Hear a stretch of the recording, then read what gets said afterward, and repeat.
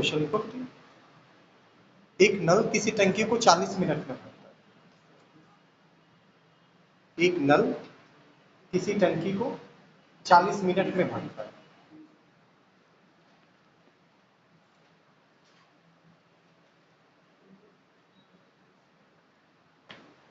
एक नल किसी टंकी को 40 मिनट में भरता है।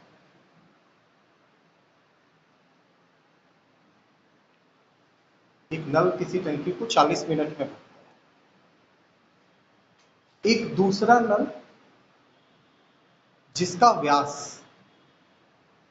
पहले नल से दुगना, एक दूसरा नल जिसका व्यास पहले नल से दुगना को साथ में खोल दिया जाए।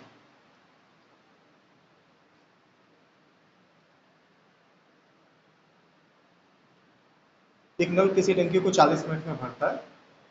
एक दूसरा नल जिसका व्यास पहले नल से दुगना हो को साथ में खोल दिया जाए, तो टंकी को भरने में कितना समय लगेगा? दूसरा नल जिसका व्यास पहले नल से दुगना हो को साथ में खोल दिया जाए, तो टंकी को भरने में कितना समय लगेगा?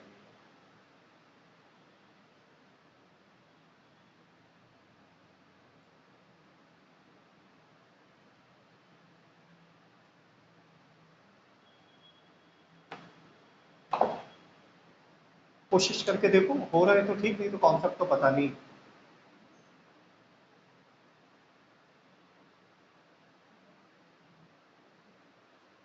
देखो बिटिया, बेसिक बताने जा रहे हैं पाइप और टंकी का, तुम लोग को तो आता है ना। अरे वही टाइम एंड वर्क का बात है। जैसे सपोज करो क्वेश्चन है कि एक नल किसी टंकी को 20 मिनट, ठीक है, और एक दूसरा नल किसी टंकी को 30 मिनट, और सवाल में पूछिए कि दोनों नल साथ में खोल दें तो टंकी कितने समय में।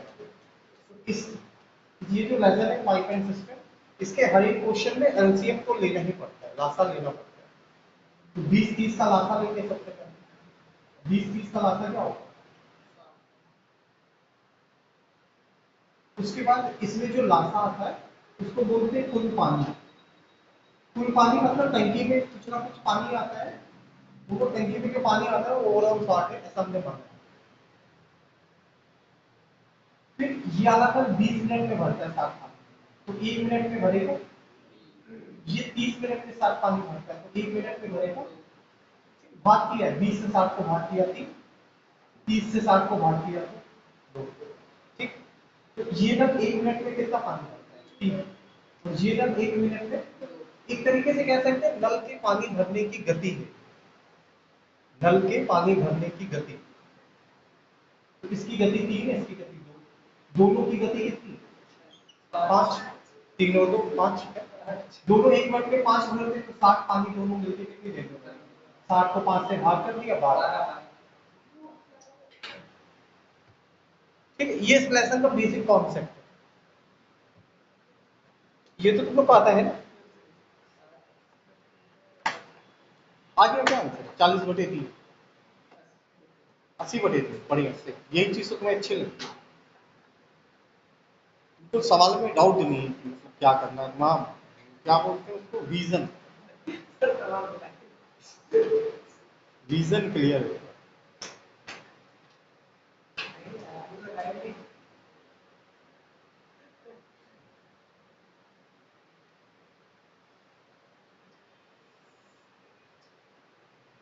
इसको क्षमता भी बोलते हैं। नल की क्षमता मतलब वो 1 मिनट या 1 घंटे में कितना पानी भर सकता है। नल की भी तो अलग अलग क्षमता होती है। जैसे नॉर्मल नल या रबड़ की एफिशिएंसी देखो, और वो नल या वो रबड़ देखो जो सबमर्सिबल से डायरेक्ट कनेक्ट है, उससे कितनी फोर्स से पानी आता है, जो सबमर्सिबल से डायरेक्ट कनेक्शन होगा। सबमर्सिबल का कनेक्शन तो होगा वैसे कानपुर, उन्नाव, लखनऊ में हर घर में। दिल्ली साइड में जाओ तो इसका भी परमिशन लेना पड़ता है गवर्नमेंट। हाँ, वहाँ पे वाटर लेवल डाउन है ना, नहीं करा सकते। हमने यहाँ नहीं, हर घर में एक एक मर्सिबल का कनेक्शन वहाँ ऐसा नहीं, भगवान से परमिशन लेना पड़ता, मिलता ही नहीं है।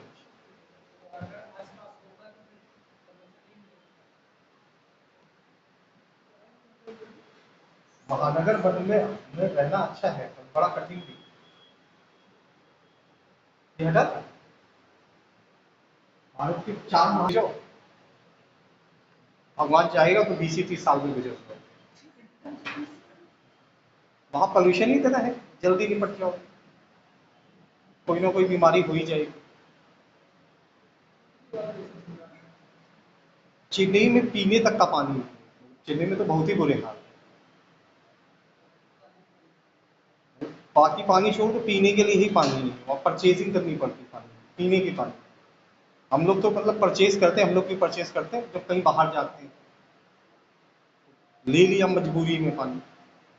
वहां तो पीने का पानी ही परचेज करना पड़ता है, आर काम ही नहीं कर रहा, ग्राउंड लेवल जीरो हो चुका है सारा। बड़ी अच्छे शहर में रह रहे हो, कम से कम पीने का पानी तो है। अच्छा इस सवाल पे और, ये थोड़ा सा बवाली सवाल है, ठीक है, तो बुक में ही है क्वेश्चन ये।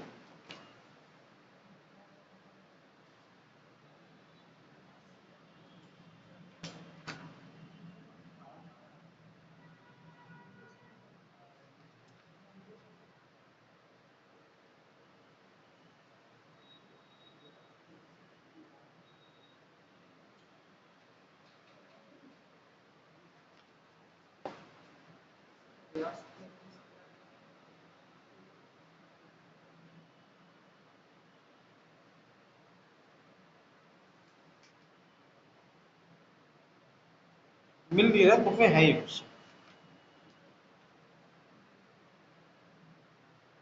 हाँ 18 नंबर क्वेश्चन है।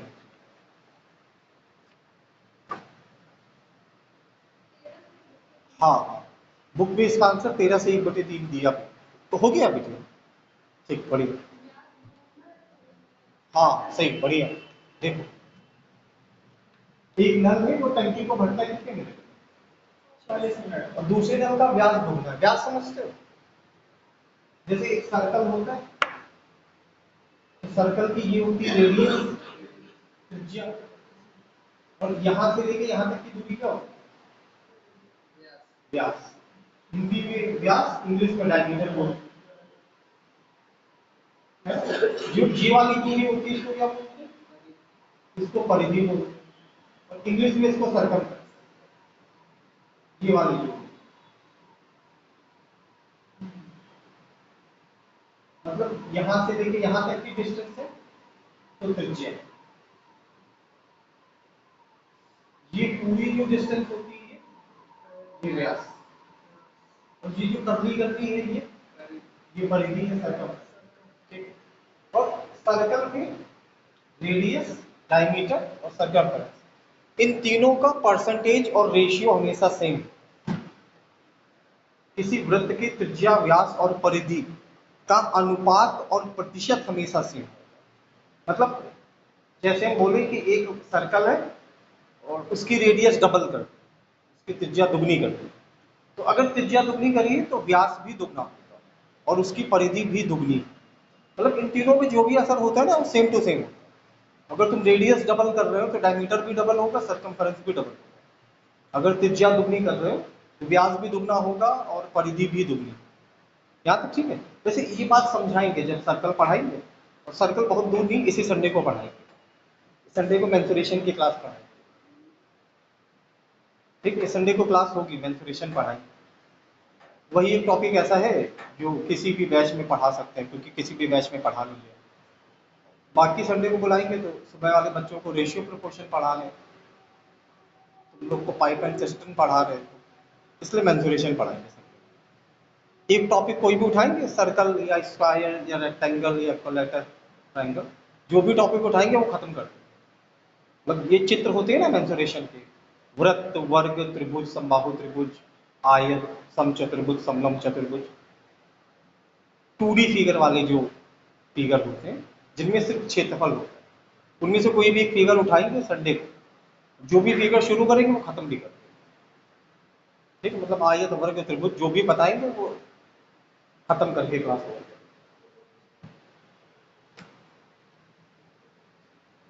ये वाला पार्ट त्रिज्या, ये वाला पार्ट व्यास, ये वाला पार्ट परिधि। इनका प्रतिशत और अनुपात हमेशा सेम। जैसे मान लो बोल दे कि एक वृत्त की त्रिज्या 40% का, एक वृत्त की त्रिज्या 40%, तो फिर व्यास भी 40% बढ़ेगा और परिधि भी 40%। ठीक है, अगर त्रिज्या 40% बढ़ाई तो व्यास भी 40% बढ़ेगा और ये जो परिधि होती है, ये परिधि भी कितनी बढ़ेगी? 40%। ये चीज बोल रहे हैं कि इनका परसेंटेज और रेशियो सेम रहता है। अगर हम बोले कि एक सर्कल है और उसकी त्रिज्या 10% घटा, तो अगर त्रिज्या 10% घटाई तो व्यास भी 10% घटेगा और परिधि भी 10%। इन तीनों में जो भी असर होता है वो सेम। ठीक है, इन तीनों में जो भी असर होगा वो सेम टू सेम। तो इस सवाल में बोला है कि एक नल है जो टंकी को भरता है 40 मिनट, ठीक है, एक दूसरा नल है उसका व्यास दो। नल वास्तव में जो होता है ना, नल, तो वो भी थोड़ी देर में बताएंगे। नल जो वास्तव में होता है वो एक बेलन होता है। नल बेलन होता है, बेलन समझिए। मेंसुरेशन पढ़ते समय तुमने याद स्ट्रक्चर पढ़ा है, सिलेंडर बोलते हैं, इंग्लिश में सिलेंडर, हिंदी में बेलन। नल जो होता है ना वो इसी शेप का, बेलन के शेप, जिसका अगर तुम बेस देखो तो सर्कुलर, नीचे की ओर क्या होता है? वृत्त। ठीक है, तो इसका व्यास दुगना कर दिया, व्यास दुगना किया तो पानी भी तो दुगना है। अगर किसी नल का व्यास दुगना होगा मतलब बड़ा होगा तो उसमें से पानी भी तो ज्यादा आएगा। पानी ज्यादा आएगा तो समय कम लगेगा। इसको 40 मिनट लग रहे हैं भरने में, तो इसको कितने लगेंगे? उसका व्यास दुगना, व्यास दुगना है तो पानी दुगना आएगा, पानी दुगना आएगा तो समय आधा लगेगा। पानी ज्यादा आएगा तो टंकी जल्दी भी भर जाएगी। तो 40 और 20 का रास्ता, 40 से भाग किया, 20 से भाग किया, ये मिनट में कितना भरता है? ये मिनट में कितना भरता है? दोनों मिलकर कितना भरेंगे? तो 40 कितनी देर में भरेंगे? 40/3 यानी 13 से। समझ में आया कि नहीं? फिर से बताए, बताए। ये गलत है। और मैटर ये है कि किताबों में यही सॉल्यूशन दिया।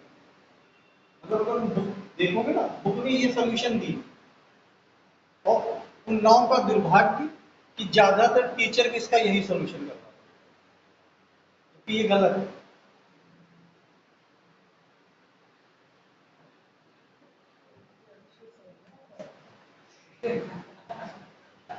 कि ये गलत है, नोट कर लो कि ये गलत है। और किताब में 18 नंबर क्वेश्चन है, बुक में आंसर यही दिया और ये गलत है। अब समझो, अगर मेंसुरेशन पढ़ी, मेंसुरेशन पूरी थ्योरी वो होती है, अगर मेंसुरेशन पढ़ी तो एक बात मेंसुरेशन में समझाई जाती है कि कोई भी चीज जो स्थान घेरती, कोई भी चीज जो स्पेस कवर करती, उन सब में आयतन है। जो चीज भी स्थान घेर रही है, अगर कोई भी चीज स्पेस ऑक्यूपाई कर रही है तो उसमें वॉल्यूम जरूर है। जैसे भी बचपन में इस तरह के सवाल पढ़ेंगे कि एक एक हॉल है, उसकी लंबाई इतनी, चौड़ाई इतनी, ऊंचाई, तो उस कमरे में कितने घन मीटर हवा है? हवा भी तो है ना इस कमरे में, और हवा भी तो जगह घेर रही है। तो एक कमरे में जितनी हवा आ सकती है वो हवा उस कमरे का क्या है? आयतन। सपोज करो कि यहाँ बाढ़ आ जाए, ठीक है, तुम लोग यही हो, तुम लोग यही हो, तो जहाँ पंखे पंखे तक पानी हो गया, हम ऊपर वाले पे होते हैं, तुम लोग यही हो, यहाँ पंखे तक पानी भर गया। तो अगर ये पूरा हॉल पानी से भर जाए, पूरा ऊपर तक पानी भर जाए, ठीक, ऊपर तो खत्म, पहाड़ से ताला लगा के जाओगे कहाँ? ठीक है, इसके अंदर पानी पानी भरा है, तो इस हॉल में जो पानी भरा है वो उसका क्या है? आयतन। प्लासी का युद्ध पढ़ा होगा, प्लासी का युद्ध पढ़ा है ना? प्लासी का युद्ध तो बिटिया पढ़ा होगा, किस किस के बीच हुआ था?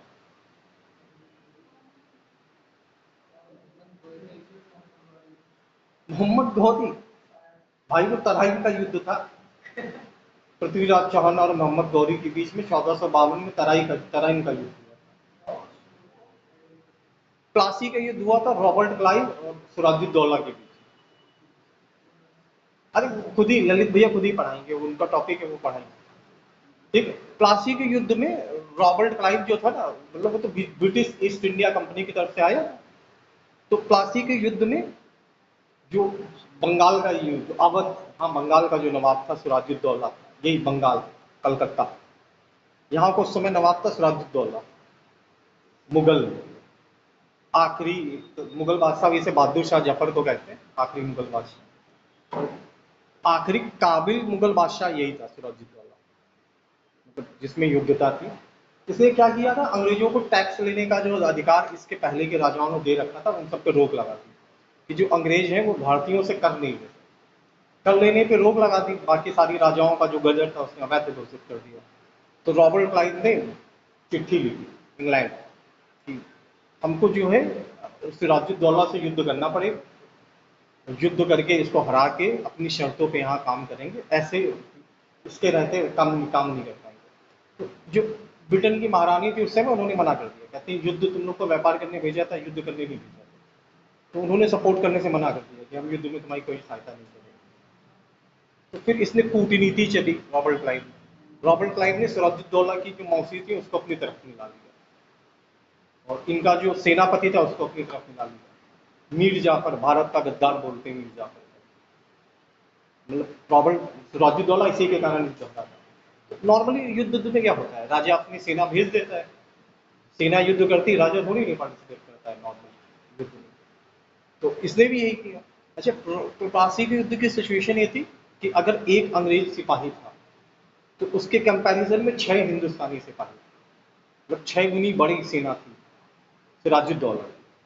और मीर जाफर जो था वो जाके रॉबर्ट क्लाइव से मिल गया, रॉबर्ट क्लाइव ने बोला हम तुमको राजा बना देंगे। मीर जाफर ने आके बताया सिराजुद्दौला को कि अंग्रेजों की सेना हमसे दुगनी है और हम युद्ध हारने वाले हैं, तो भाग चलो। तो इंसान जब भागता है तो कहाँ जाता है, अपने रिश्तेदारों का। मान लो तुम्हारे पीछे पुलिस पड़ जाए, तुम्हारे पर कोई अपहरण का मुकदमा लग जाए, भाग के किसके पास जाओ, किसी ऐसे रिश्तेदार के पास जिसकी मोहल्ले वालों को जानकारी हो, तुम्हारा रिश्तेदार भी हो। रिश्तेदारों पे इंसान पहले ट्रस्ट करता है। ये भाग के अपनी मौसी के यहाँ गया, मौसी ने कहा चिंता ना करो, तुम खाना खाओ, टेंशन ना लो, सेना खड़ी करी जाएगी, फिर आगे युद्ध लड़ा जाए। इसको खाने में नशीला पदार्थ खिला दिया, ये बेहोश हो गया, अंग्रेजों ने आके इसको पकड़ लिया। तो रॉबर्ट क्लाइव ने जब वापस ब्रिटिश संसद में लेटर लिखा तो उसने एक घटना का जिक्र किया था, ब्लैक होल की घटना। उसने एक आरोप लगाया था कि एक छोटा सा, नहीं जैसे नीचे आते हो जब तो नीचे बालकनी पड़ती, छोटी सी तो है, जीने से पहले नहीं बालकनी पड़ती। उसने आरोप लगा दिया कि एक छोटी सी बालकनी में तो सिराजुद्दौला ने 300 से ज्यादा अंग्रेज सिपाहियों को बंद करके मार डाला। मतलब उसने बता दिया कि जरा सी बालकनी मतलब जैसे तुम लोग तुम्हारा किचन छोटा ही सा तो होगा, किचन कौन सा बड़ा हॉल के शेप का बना होगा, किचन तो होगा ना घर। तुम सोचो तुम्हारे किचन के अंदर 300-350 लोगों को बंद कर दिया, ऐसा करके आरोप लगाया सिराजुद्दौला। ब्रिटिश संसद ने पूछा ना उनसे तो तुमको तो वहां व्यापार करने भेजा था, तुम जाके युद्ध कर दिए। ईस्ट इंडिया कंपनी आई तो व्यापार ही करने थी ना। तो इनसे पूछा तो इसने यही आरोप लगाया था सिराजुद्दौला के। मेरी इन सब बातों से क्या मतलब, मेरा इन सब बातों से मतलब है कि अगर किसी कमरे में, किसी हॉल में इंसान की लाश एक के ऊपर एक रख दी जाए, लाशें बिछी, एक लाश, उसके ऊपर दूसरी, तीसरी, चौथी, तो वो लाशें भी तो स्थान घेर रही, तो वो क्या है, आयतन। इससे अच्छा एग्जाम्पल हमें इसका और कोई नहीं है। किसी कमरे में कितना भूसा भरा है, उसका आयतन। जो भी चीज स्थान घेरती वो सारी चीजें किसमें आती, आयतन के अंदर। अगर जैसे ये पेन है, पेन स्थान घेरेगा ना, इसको रखने के लिए एक जगह चाहिए, स्थान स्पेस चाहिए ना इस पेन के लिए, तो इसमें भी आयतन। हर एक वो वस्तु जो स्थान घेरती है वो आयतन। स्टूल कुछ जगह घेरे है ना, इसके रखने के लिए भी तो कुछ जगह चाहिए, तो इसके अंदर भी आयतन। ठीक है, हर वो चीज जो स्पेस घेर सकती, उन सब में क्या होता है, आयतन। तो नल से जो पानी निकलता है, थोड़ी देर पहले मैंने बताया कि नल का शेप किसका होता है, बेलन का। अगर तुम्हें ये बात समझ में ना आ रही हो, नल का शेप बेलन का शेप होता है,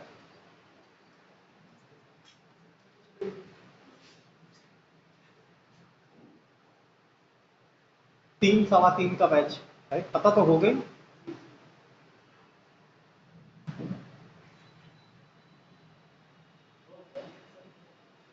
तुम एज्यूम करके देखो कि तुम बाथरूम में और नल खुला हुआ है। अब नल से जो पानी गिरने का शेप है वो शेप बेलन का होता है या नहीं? बेलन का शेप यही होता है, ये डंडा सबसे अच्छा एग्जांपल है बेलन के शेप का। नीचे से इसकी सतह सर्कुलर है ना?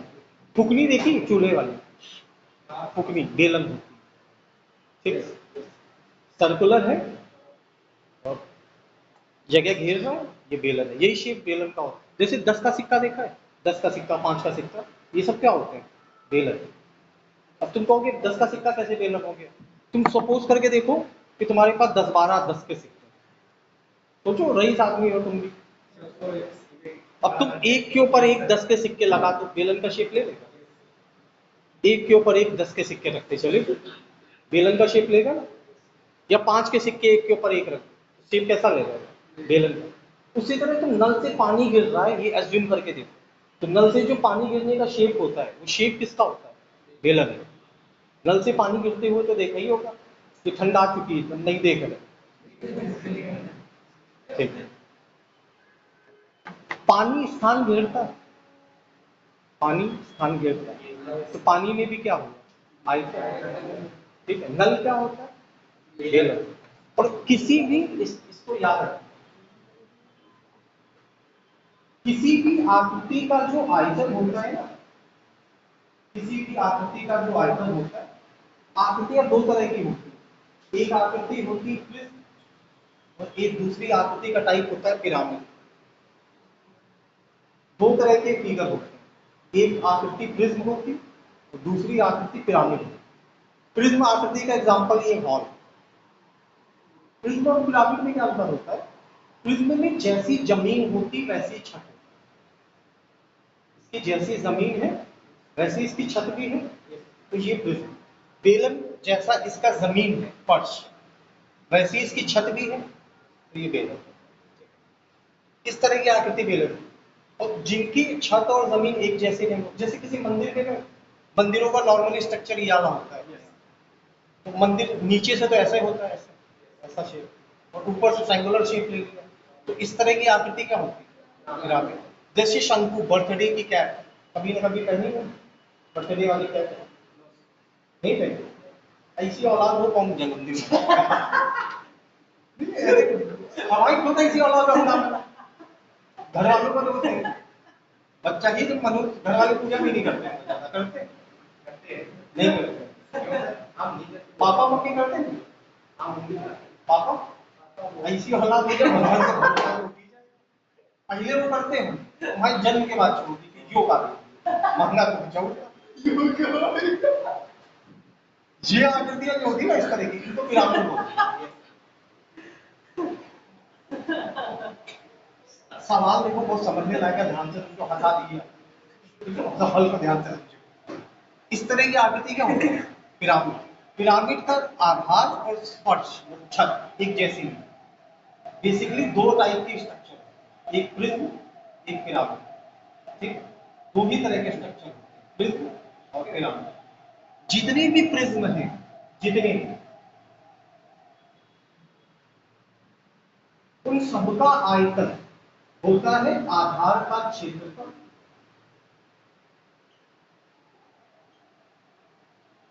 इनटू ऊंचाई। जितने भी प्रिज्म है उन सबका आयतन यही, आधार का क्षेत्रफल इनटू ऊंचाई, सारे प्रिज्म, सारे के सारे। जैसे एग्जांपल के तौर पर, जैसे घनाभ, घनाभ में तीन चीजें होती, लंबाई, चौड़ाई और ऊंचाई। जैसे कमरा घनाभ है, घनाभ माचिस की डिब्बी, ठीक है, अगर इस कमरे पर जूम नहीं कर पा रहे, माचिस की डिब्बी देखो, माचिस की डिब्बी क्या होती है? घनाभ। तो घनाभ में क्या क्या होता है? तो घनाभ में लंबाई होती, चौड़ाई होती और ऊंचाई। जैसे ये कमरा हमने बोला है, इसकी जमीन कैसी है? तो कहोगे आयताकार, जमीन रेक्टेंगल के शेप की है ना? और रेक्टेंगल का एरिया होता है लंबाई इंटू चौड़ाई। आयत का क्षेत्रफल लंबाई गुणा चौड़ाई। तो आधार का क्षेत्रफल क्या हो गया? L। और ऊंचाई क्या होगी? तो ये घनाकार है। ठीक, जैसे बेलन की बात करें, बेलन का आधार कैसा है? वृत्ताकार। वृत्त का क्षेत्रफल क्या होगा? पाई आर। वृत्त का क्षेत्रफल पाई आर स्क्वायर होता है, इसमें कोई डाउट? और ये क्या होती है इसकी ऊंचाई? तो बेलन का आयतन होता है, याद रखो, बेलन का आयतन पाई आर स्क्वायर। जो काहे होता है किसी भी प्रिज्म, जो प्रिज्म वाली आकृतियां होती, जो भी प्रिज्म की आकृति होती है, समचतुष्फलक होता है, टेट्राहेड्रल बोलते हैं। ठीक है, प्रिज्म का आकृति होती है। इसको ऐसे समझ सकते हो, कटा हुआ डायमंड, दोनों तरफ से कटा हुआ डायमंड समचतुष्फलक होता है, टेट्राहेड्रल बोलते हैं। बेलन होता है, घन होता है, घनाभ होता है, ये सारे एग्जांपल होते हैं प्रिज्म। शंकु है, गोला है, ये एग्जांपल होते हैं पिरामिड। जितने भी प्रिज्म वाले फिगर हैं, प्रिज्म वाले फिगर मतलब जिनकी जमीन और छत दोनों सेम टू सेम। जैसे इसकी जमीन का जितना भी एरिया है उतना ही एरिया इसकी छत का भी तो है, दोनों सेम टू सेम है। जिन आकृतियों की छत और जमीन एक जैसी होती है उनका आयतन होता है आधार का क्षेत्रफल इनटू ऊंचाई। मेरा फिगर है बेलन, बेलन का आधार है वृत्त और वृत्त का क्षेत्रफल होता है पाई आर। और आयतन के लिए ऊंचाई और बेलन का आयतन पाई आर स्क्वायर एच होता है, इसमें कोई दिक्कत नहीं। बेलन का आयतन होता है पाई आर स्क्वायर।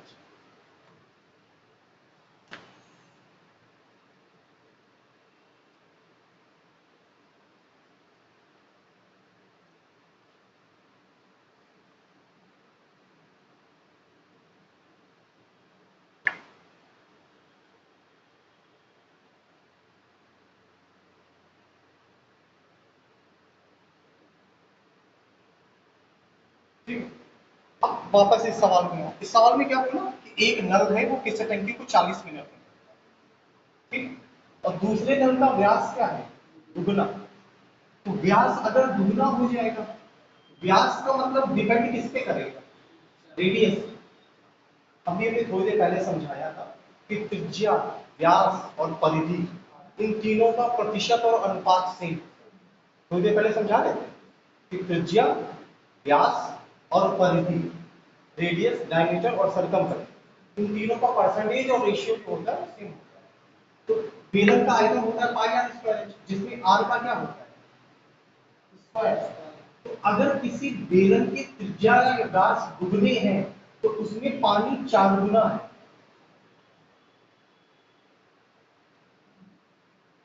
पानी क्या होता है? आयतन, इसीलिए बेलन का आयतन का फॉर्मूला।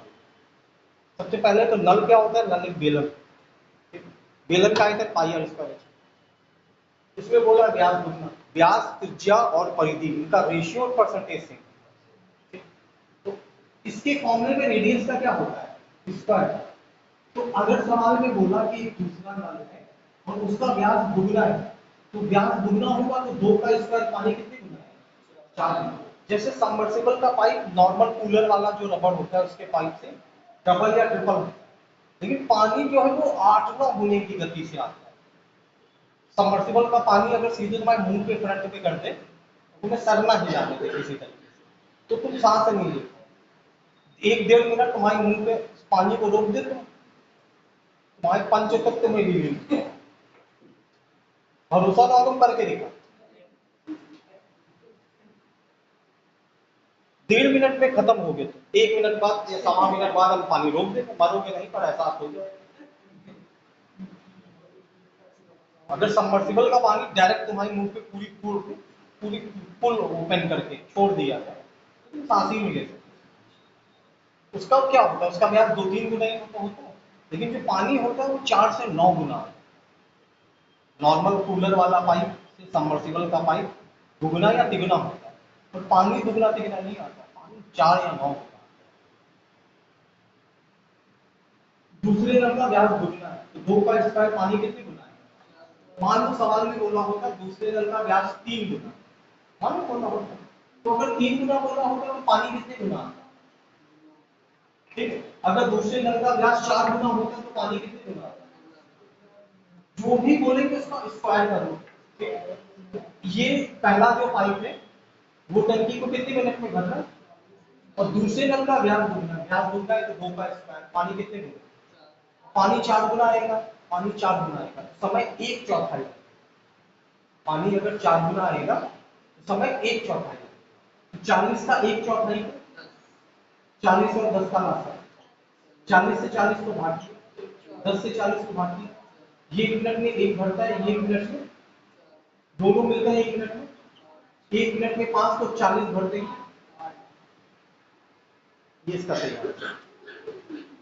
ये देखो थोड़ा समझने वाला सवाल है, इसीलिए 10-15 मिनट ले डालें खाली इतना सवाल समझा।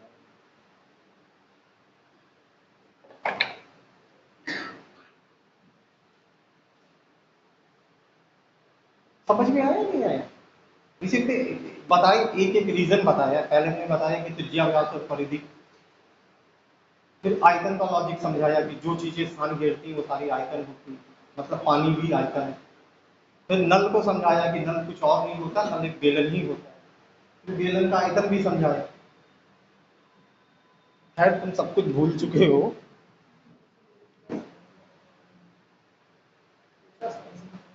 ठीक है ना?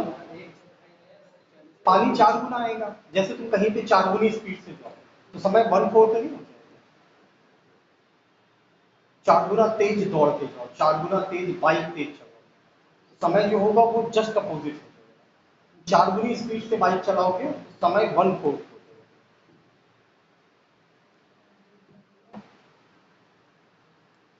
ऐसा सवाल लगा लो क्या?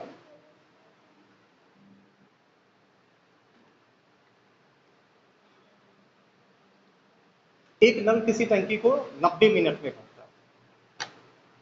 एक नल किसी टंकी को 90 मिनट में भरता है।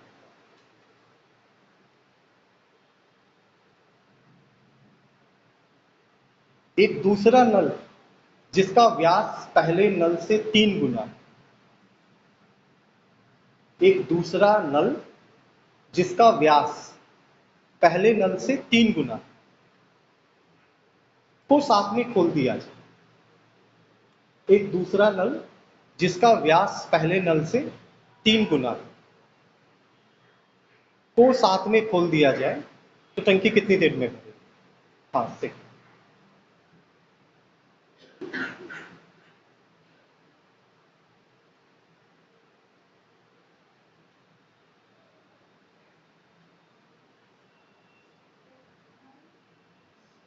एक दूसरा नल जिसका व्यास पहले नल से 3 गुना है को साथ में खोल दे तो टंकी कितनी देर में भरेगी? फिर से बोले, एक दूसरा नल जिसका व्यास पहले नल से 3 गुना को साथ में खोल दे। एक दूसरा नल जिसका व्यास पहले नल से 3 गुना को साथ में खोल दे तो टंकी कितनी देर में भरेगी? हाँ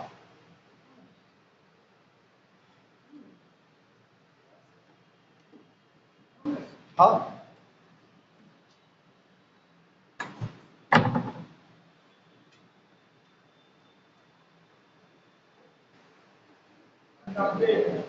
और दूसरे नल का व्यास 3 गुना, व्यास 3 गुना है तो पानी भरेगा 3 का स्क्वायर, पानी 9 गुना भरेगा, समय 1/9 लगेगा।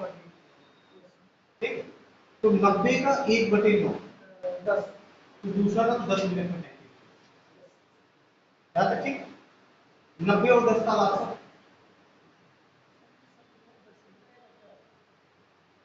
90 से भाग किया, 1 10 से भाग किया, 1 मिनट में कितना भरा? 10। तो 90 भरेगा कितने मिनट?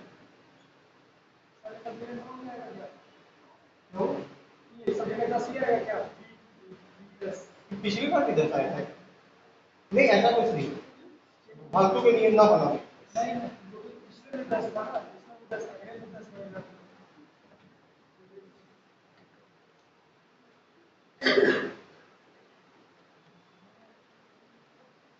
ये आ गया समझ में?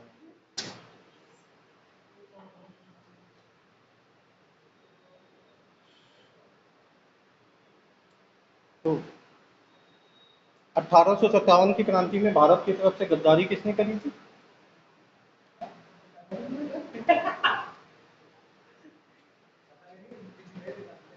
अभी थोड़ी देर पहले नाम लिया था, मीर जाफर।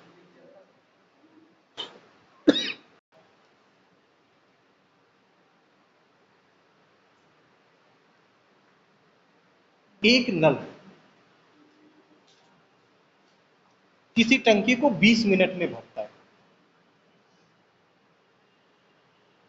एक नल किसी टंकी को 20 मिनट में भरता है।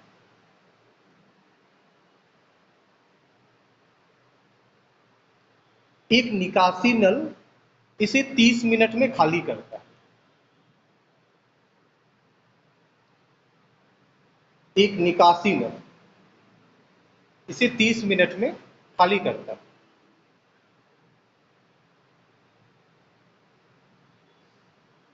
यदि ए से आरंभ करते हुए यदि ए से आरंभ करते हुए प्रत्येक नल को एक एक मिनट के लिए बारी बारी खोला जाए। यदि ए से आरंभ करते हुए प्रत्येक नल को एक एक मिनट के लिए बारी बारी से खोला जाए तो टंकी को भरने में कितना समय लगेगा? यदि ए से आरंभ करते हुए प्रत्येक नल को एक एक मिनट के लिए बारी बारी से खोला जाए। ये बारी बारी से खोलना समझ गए हो ना? हाँ, टाइम एंड वर्क में ये पैटर्न कराया था।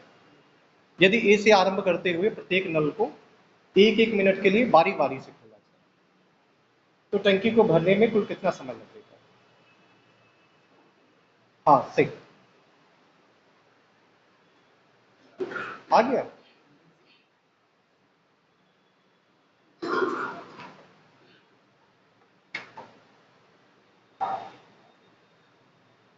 बता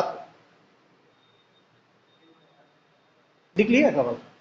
ए से आरंभ करते हुए प्रत्येक नल को एक एक मिनट के लिए बारी बारी से खोला जाए तो टंकी को भरने में कुल कितना समय लगेगा?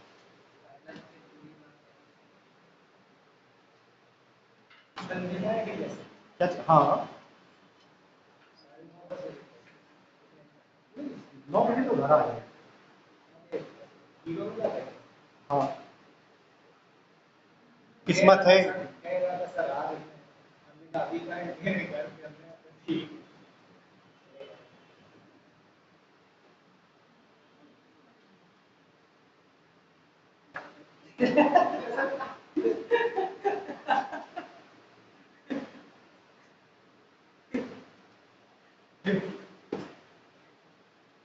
एक नल 20 मिनट में भरता है और दूसरा नल क्या करता है? 20-30 का लाभ, 20 से भाग किया, 30 से भाग किया। अब देखो, पहला नल ए खोला तो ये पानी भरेगा कितना? फिर बी को खोला 1 मिनट, बारी बारी से खोले। फिर बी को खोला और बी क्या करेगा? दो खाली करेगा। हाँ, तो 1 मिनट ये 1 मिनट ये, मिनट कितने होंगे? और इन 2 मिनट में पानी कितना भर गया? और पानी भरना कितना? अब एक भी किसका गुणा करें? 60। तो 60 का इधर गुणा, 60 का, तो मिनट कितने? टाइम कितना? वो टाइम तो 120 है। समझ गया नहीं है? 120 आंसर है। तुम्हारा कितना आता है? नहीं,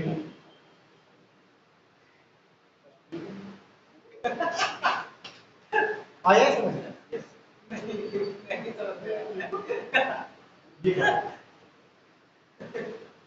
फिर से देखो, जब ये गलती है तो मतलब ये नहीं करना, ये हम बता रहे थे, ये नहीं करना। ये मतलब ये ज्यादातर बच्चे गलती यही करते हैं, ये बता रहे। ये लाइफ में पता होना चाहिए कि तुम्हें तुम्हें लाइफ में क्या करना है। ये चलो नहीं पता, कोई बात नहीं, ज्यादातर लोग को नहीं पता होता है। भाई ये थॉट एकदम क्लियर होना चाहिए कि तुमको लाइफ में क्या क्या नहीं करना। क्या नहीं करना है वाला मैटर एकदम क्लियर, ये नहीं करना है।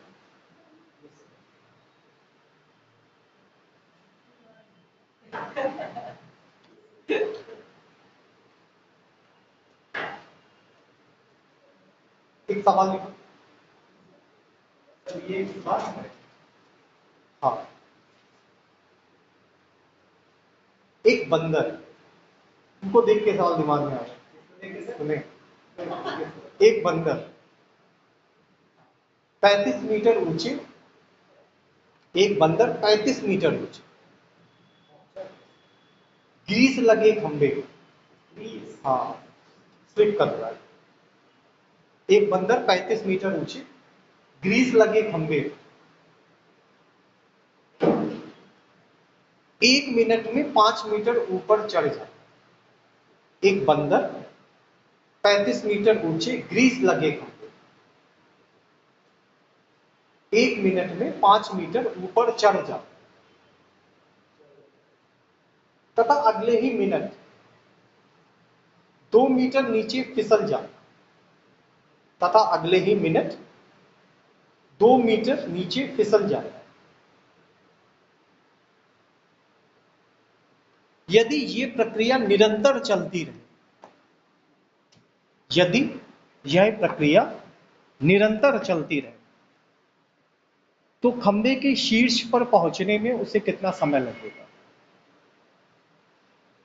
यदि ये प्रक्रिया निरंतर चलती रहे, तो खंबे के शीर्ष पे पहुंचने में उसे कितना समय लगेगा?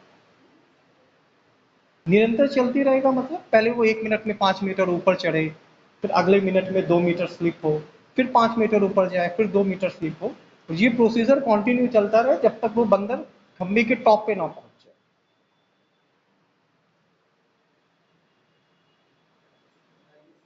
हाँ, तुम तो भी 8th 9th में होगे, 7th में, अरे 8th तक पहुंचे, इतना अच्छा कैसे? तुम अच्छा हुआ ना। ये सब सवाल तो बहुत आसान लग रहे हैं। यही सब तो 7th 8th में पढ़ाया जाता है, और क्या है, मैं यही मैथ पढ़ाई जाती है। मतलब 7th 8th में बस ये होता है, हम लोग इन सवालों को जुगाड़ से करते हैं, वो 7th 8th में एकदम डिटेलिंग से की जाती है। हाँ, 21 मिनट है ना, सही, बढ़िया, सही। और तुम लोग हंसी में ले लेते, किसी की तारीफ भी ना करे। सही है बेटिया, बिल्कुल टेंशन नहीं है, सही, बढ़िया।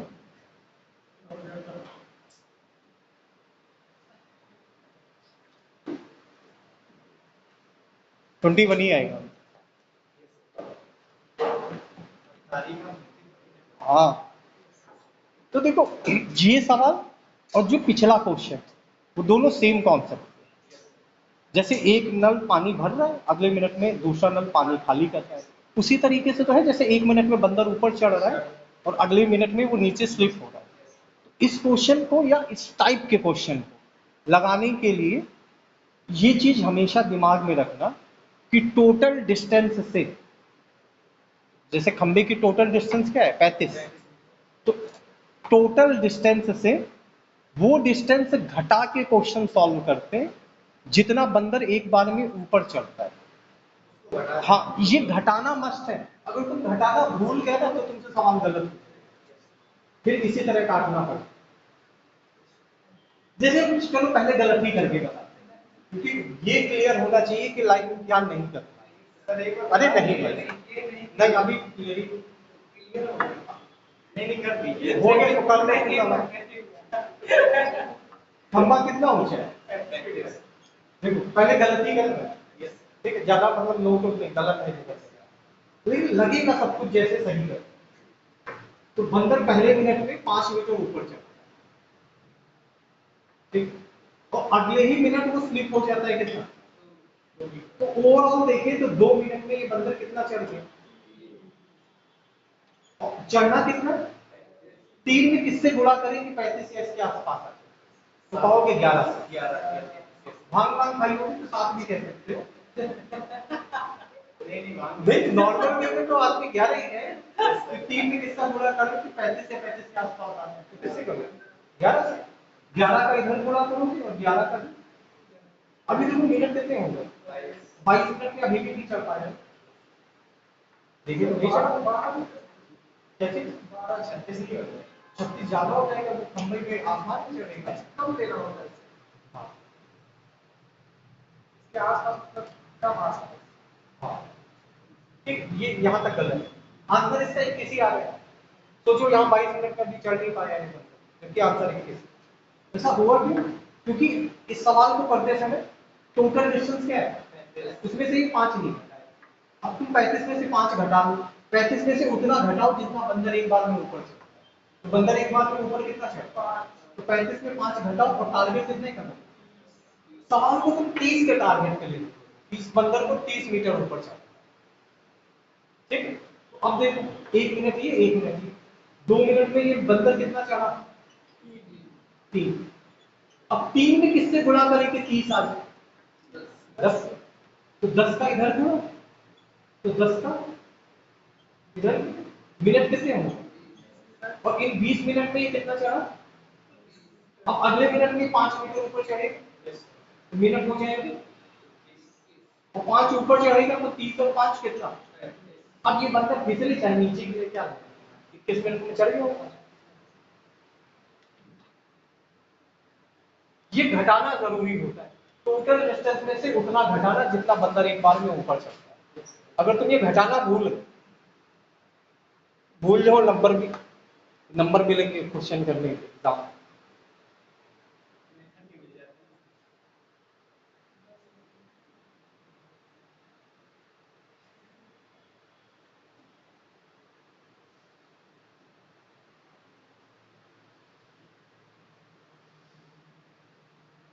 थोड़ा बहुत समझ में आया।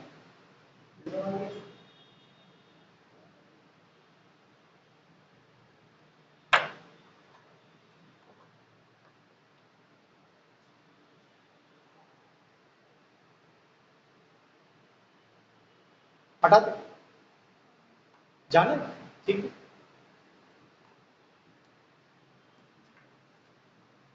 देखो इसी तरीके से वो नल वाला क्वेश्चन था, उसने बोला था एक नल भरता है कितने मिनट और दूसरा खाली करता है कितने मिनट में। तो 20 30 का लास्ट 20 से भाग किया और 30 से भाग किया, तो पहले मिनट में पहला नल जो ए नल है वो पानी कितना भरेगा, और अगले मिनट में बी खाली कितना करेगा, 2 मिनट में पानी कितना भरा। यहाँ तक ठीक है। इसमें टोटल लेंथ कितनी, इसमें से ये घटाओ 3, एक बार में बंदर 3 मीटर ऊपर चढ़ता है ऐसा बात है। तो 60 में से 3 घटाओ, टारगेट क्या रखो, तो 2 मिनट में कितना 1, तो 57 कितने मिनट में, तो 57 का ही इधर गुणा और 57 का ही इधर, तो कहोगे 114 मिनट लगेंगे, और 114 मिनट में पानी कितना भर जाएगा। अब अगले मिनट में ये 3 पानी भर देगा और मिनट हो जाएंगे कितने 115, और 3 पानी भर देगा तो 57 और 3 पानी कितना, तो आंसर भी कितना। इसमें एलसीएम कौन सा है, वो ये टाइम एंड वर्क और पाइपर सिस्टम का है ना, वो नंबर सिस्टम का। इसके सारे क्वेश्चन में एलसीएम लिया है नहीं।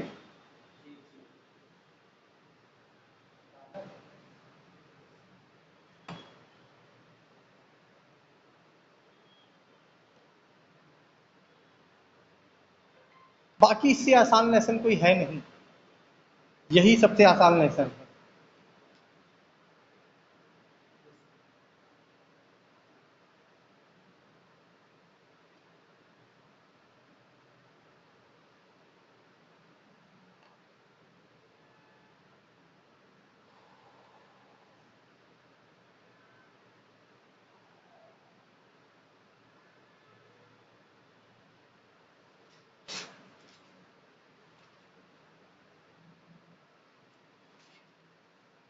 एक आसान सा अच्छा सवाल लिख लो, थोड़ा कॉन्फिडेंस आना चाहिए। ये समझ में आया नहीं आया, ताकि तो कुछ कहलवाओ ना।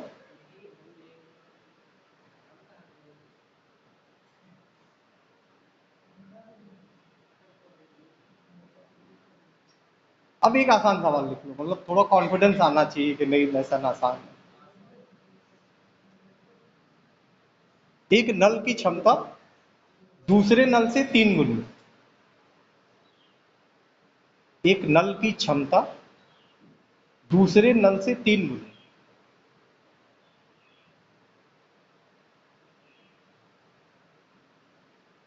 यदि दोनों मिलकर किसी टंकी को 36 मिनट में भरते हैं। यदि दोनों नल मिलकर किसी टंकी को 36 मिनट में भरते हैं, तो धीमी गति वाला नल टंकी को कितने मिनट में भरेगा? तो धीमी गति वाला नल टंकी को कितने मिनट में भरेगा?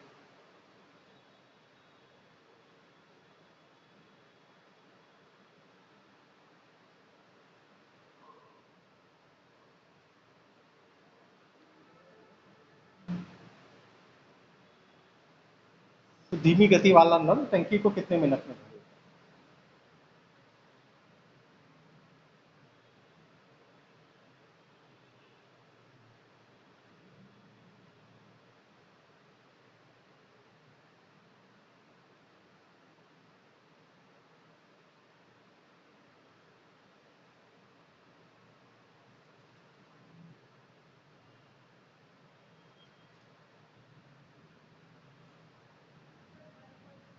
हाँ सही।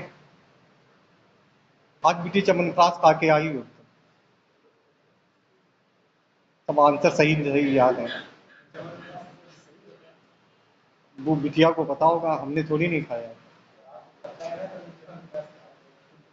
हमें पता नहीं खा रहे हो, तुम्हारे नहीं हो रहे। शुरू कर, सुबह शाम 2-2 चम्मच खाया करो।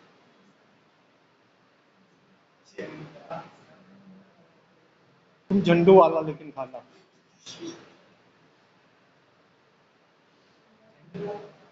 पता नहीं, झंडू का चमन वही खाना।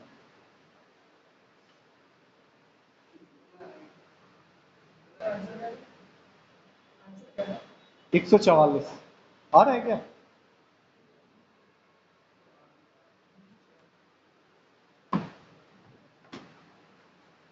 एक नल की क्षमता दूसरे से कितनी गुनी?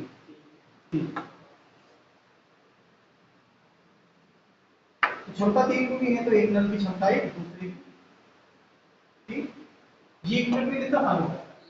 ये 1 मिनट में एक, दोनों मिलकर 1 मिनट में 1 मिनट में 4, तो 36 मिनट में 36 इंटू 4, 36 इंटू 4 क्या होगा? याद रखिए। अब सवाल में क्या पूछे कि धीमी गति वाला नल टंकी को कितनी देर में भरेगा? कौन है धीमी गति वाला नल, ए या बी? बी। धीमी गति है ना, कम पानी भरता है। ये 1 मिनट में कितना पानी भरता है? तो 144 पानी कितने मिनट में? 144।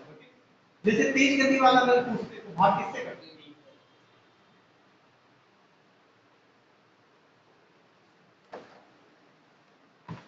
कुछ है इस सवाल में?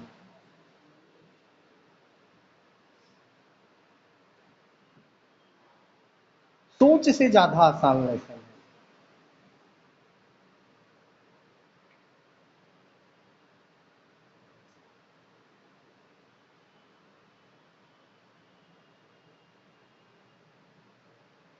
एक नल की क्षमता, इसी टाइप का सवाल है। एक नल की क्षमता दूसरे नल से 2 गुनी। एक नल की क्षमता दूसरे नल से 2 गुनी। यदि दोनों नल मिलकर किसी टंकी को 10 मिनट में भरते हैं। यदि दोनों नल मिलकर किसी टंकी को 10 मिनट में भरते हैं। यदि दोनों नल मिलकर किसी टंकी को 10 मिनट में भरते हैं, तो तेज गति वाला नल इस टंकी को कितने मिनट में भरेगा? यदि दोनों नल मिलकर किसी टंकी को 10 मिनट में भरते हो, तो तेज गति वाला नल टंकी को कितने मिनट में भरेगा? आ गया 15।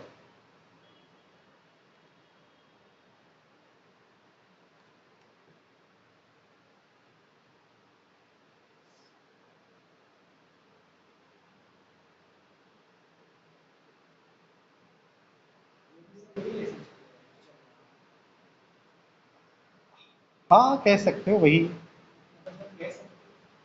नाम तो अलग है, पाइप और टंकी नाम है, पर लगाने का तरीका वही है।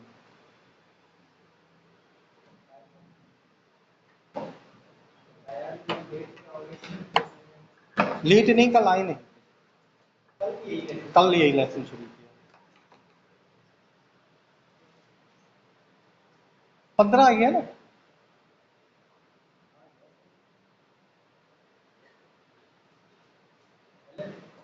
नहीं हो जाए।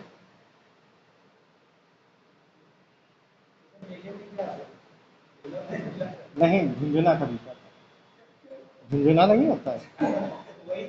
हाँ कल ले आएंगे तुम्हारे लिए भी।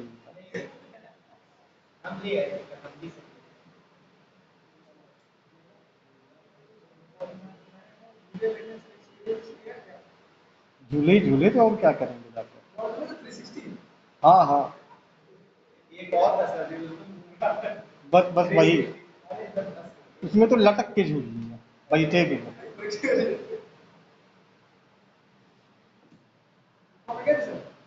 गुफा में गए, यही बचा हमारे पास। जादू वाले की शक्ल तुम्हारी देखी थी तो चिढ़ हो गई। बाहर पोस्टर में लगा है ना उसकी फोटो, तुम्हारी देखी लगी, बट मन नहीं होता।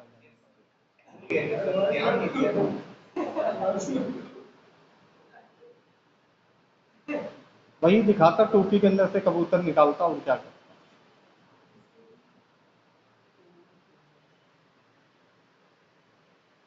बता दे बिटिया, बिटिया बता दे, तुम सवाल क्यों पढ़ने लगी। देखो इसमें बोला एक तरह की क्षमता दूसरे से दुगनी, एक की क्षमता एक दूसरे की दो। ठीक, तो ये 1 मिनट में 2 पानी भरता है, ये 1 भरता है, दोनों मिलके कितना भरता है। 1 मिनट में 3, तो 10 मिनट में 10 है। ठीक, अब पूछा क्या है, पूछा है तेज गति वाला नल टंकी को कितनी देर में भरेगा। तेज गति वाला नल कौन है, ए या बी। ए है, ये 1 मिनट में 2 भरता है, तो 30 भरेगा, 2 से भाग।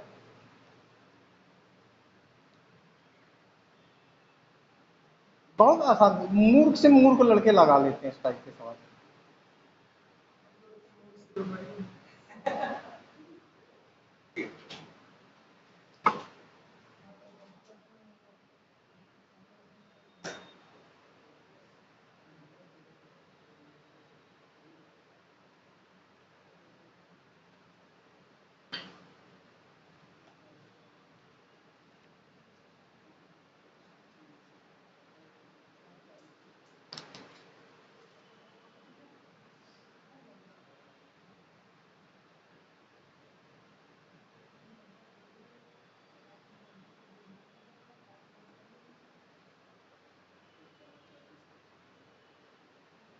तली में छेद वाला कॉन्सेप्ट कल बता दिया था ना, कि नॉर्मली 8 घंटे लगते हैं, तली में छेद के कारण 2 घंटे अधिक लगते हैं। अरे नहीं, हो जाएगी दिक्कत।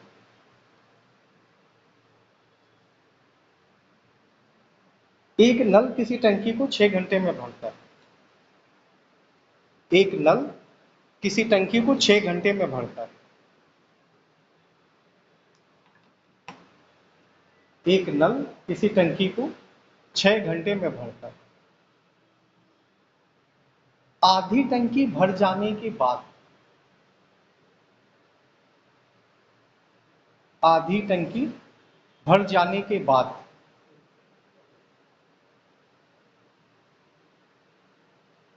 ऐसे ही 3 नल और खोल दिए जाते हैं। आधी टंकी भर जाने के बाद ऐसे ही 3 नल और खोल दिए जाते हैं।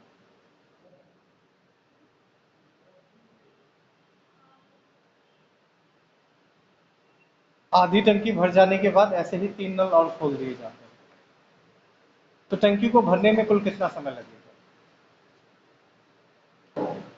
तो टंकी को भरने में कुल कितना समय लगेगा।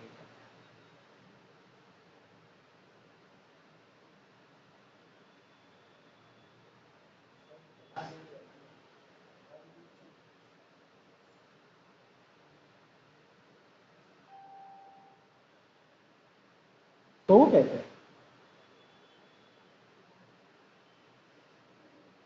तुम लोग के कारण बताओ नींद खराब करके आ रहा था बताओ।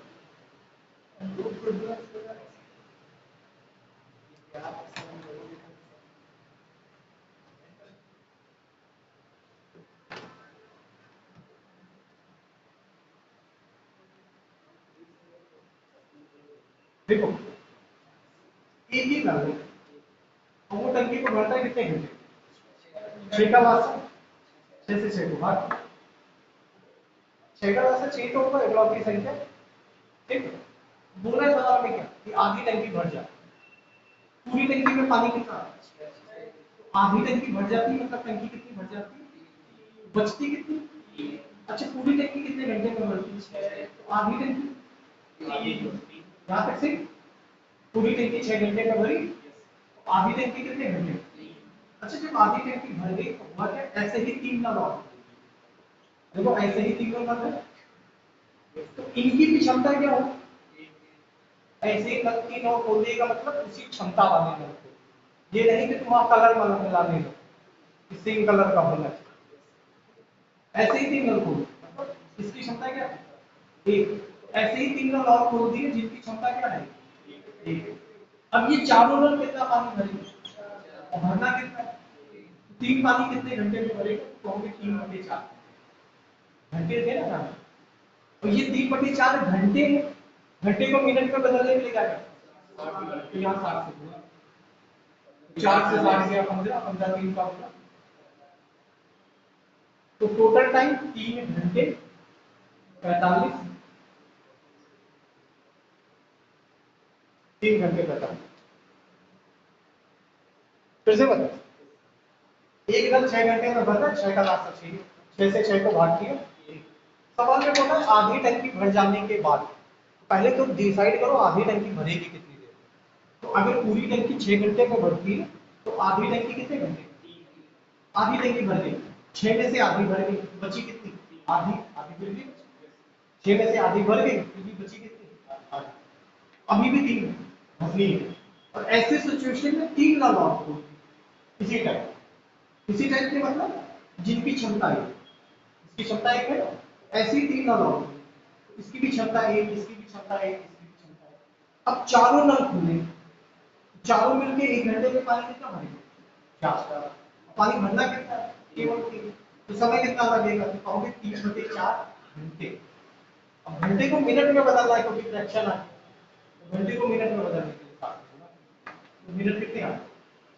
तो 3 घंटे पहले लगे, 45 मिनट और 3 घंटे